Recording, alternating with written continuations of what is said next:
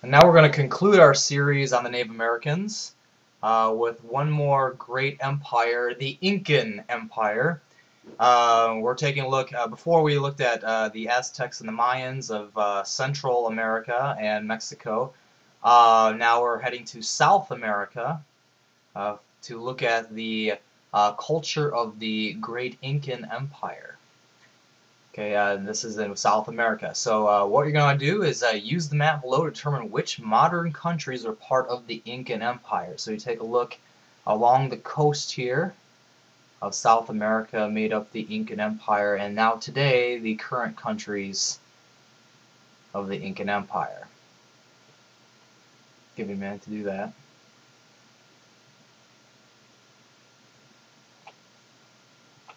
Okay, so at its height, the Incan Empire covered parts of the modern-day countries of Peru, okay, Chile, Bolivia, Colombia, Argentina, and Ecuador. It stretched approximately 2,500 miles down the western coast of South America, and right along here are what's called the Andes Mountains, a large mountain range. So the Incans built an ancient civilization 1,200 miles high in the Andes Mountains.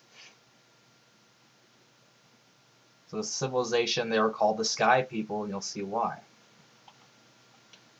This is a photo of the Andes Mountains taken a window of a bus when you're visiting the Incan ruins in Ecuador.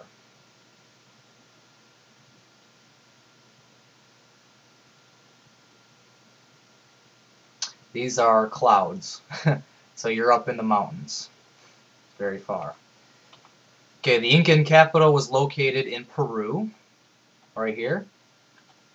Okay, this is the modern-day city of Peru, and you'll see llamas. Okay, llamas are native to this area, and also the guinea pig. All right, this is an actual city that was built on a mountaintop. So one of their greatest achievements was the construction of the hidden city high up in the mountains called Machu Picchu. So this whole city is built way up in the mountains. Imagine how would you get all your supplies up this huge mountain to build this hidden city. Incan Masonry or stonework is some of the best in the world. They didn't even use anything to hold their stones together.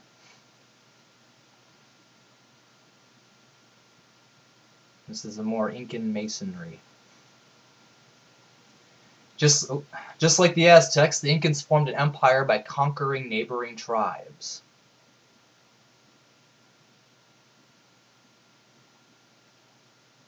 As their empire expanded, they built an amazing system of ancient roads for their runners to travel with news and orders. So, thousands of miles of roads connecting the empire. Kind of similar to another empire you'd see in Europe, the Roman Empire. The Romans built roads connecting their empires. People would travel through those, and that opened up trade, able to transport military a lot quicker. And early on, you have messengers who would run messages back and forth. It would be like a Pony Express thousands of years prior to our American Pony Express.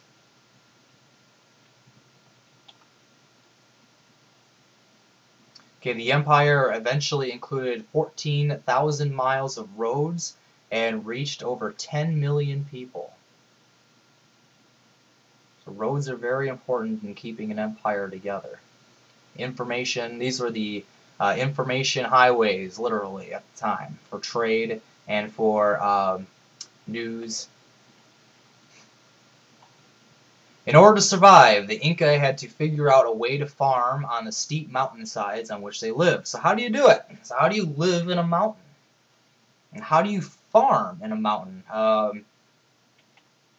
Well, this is how they do it. The Incas developed a system of terrace farming. So you would cut this out of the side of the mountain, and you can have flat surfaces to grow crops on these flat surfaces. So little mini strips of land to grow those. This is in modern-day Peru. Alright, just like the Aztecs and the Mayas, the Incas were very advanced. And you see things that were going on, you think, wow, they actually did this thousands of years ago, or in the 15th century, hundreds of years ago. A few more impressive facts. Scientists now believe that the Incans performed some sort of brain surgery based on skulls that have been found. So you find the skull here performing brain surgery. There is evidence that even the Roman Empire had conducted brain surgery as well. Okay, creating such a large empire, of course, meant that the Incas had many warriors, 40,000 by the height of the Incan Empire in the early 1500s. Incans believed in polytheism. So you need to know what polytheism is, which is the belief in many gods.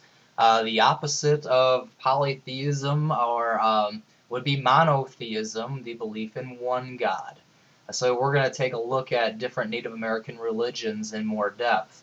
Many were polytheistic, or more than one god, maybe a handful of gods or even several gods, compared to other world religions. Okay, the Incas also believed that their emperor was a descendant of the sun god, so he was divine. And gold. Gold was not only for wealth, but also for religion. The Incas, like many native people, worshipped the sun god and represented the tears of the sun. So the Incas had lots of gold. So while it was tough to farm there, the Andes Mountains did provide one very good resource: gold.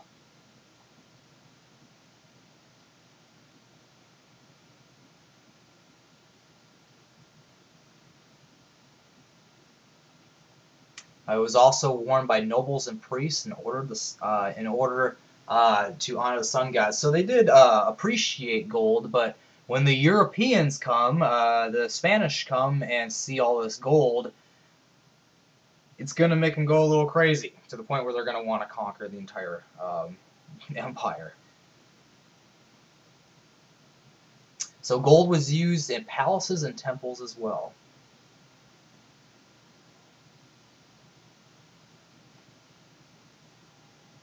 Here are our llamas. Our llamas are grazing. Llama.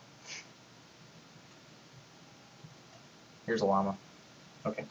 Alright, as soon as explorers back in Spain heard about a native civilization that had more gold than they could even imagine, of course, they set out to find that empire and, convert them to Christianity? Well, yeah, kind of, but also to conquer it. So here we have Francisco Pizarro. Was a future conqueror of the Incas. So the poor Incans, yeah, they had all this gold everywhere, and then the Spanish show up and they say, "Whoa, we can be very, very wealthy." So little did the Inca know what was coming their way.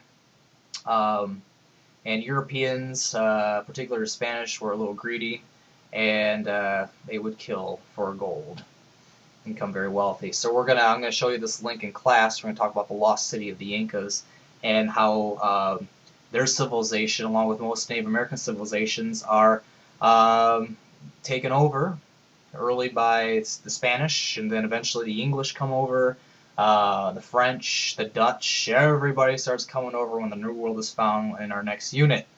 Okay, so I hope you've enjoyed our lecture series on Native Americans. I will see you in class.